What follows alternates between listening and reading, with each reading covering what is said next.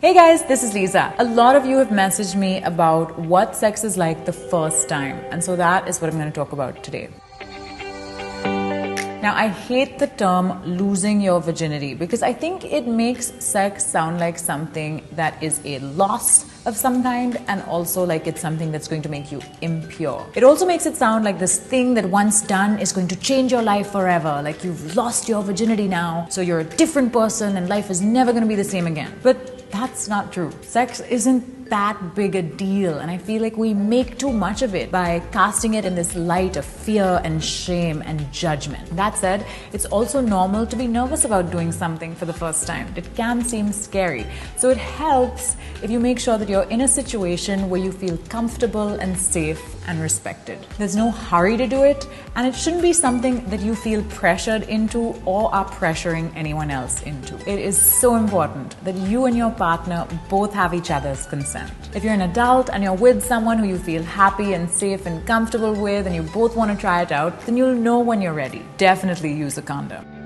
Ideally, pick a place that's pleasant and clean and where you have enough privacy, and come into it without too many expectations. Your first time is unlikely to be your best time. But if you both are safe and honest and kind to each other, then it can be an experience that's sweet and memorable, even if it's awkward, rather than being one that's scary or life-altering. There are two additional questions I get about this topic. Will it hurt the first time?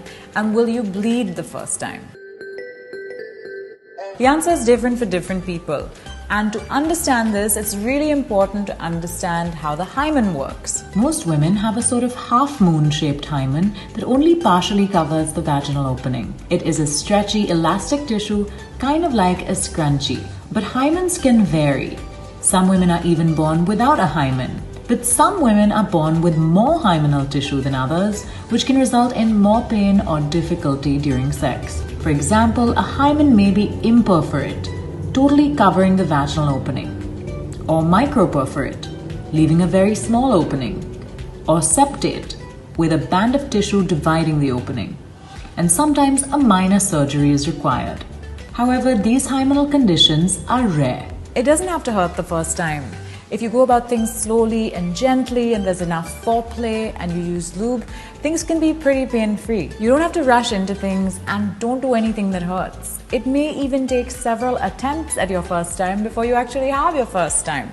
And that's fine too. Some people bleed while some people don't. So, contrary to popular belief, there is nothing wrong with you if you don't bleed the first time. I'd also say it's a really good idea to visit a gynac once you're sexually active. In fact, even before you're sexually active, because it's great to just keep a general tab on your sexual health, just like you would any other aspect of your health. It's worth understanding what options you have when it comes to contraception. There are also a bunch of vaccines you can take early on in your life, even before you become sexually active, to prevent sexually transmitted diseases like HPV. So for all of these different reasons, I'd say that one of the best things you can do for yourself, and if any parents are watching, one of the best things you can do for your adolescent daughter is to find a gynecologist that you like and trust, because it's great to just start those conversations about sexual health and sexual well-being early on, so you're well informed, things don't seem mysterious and scary to you, and you can make informed choices later on in life. So I would say that's a huge step also in ensuring that your first time is something you feel prepared for. Sex is just a normal, natural part of human life, and so even before your first time, it is perfectly fine for you to think about, discuss, and get the answers you want around this topic, around your body. We've got to talk about it more.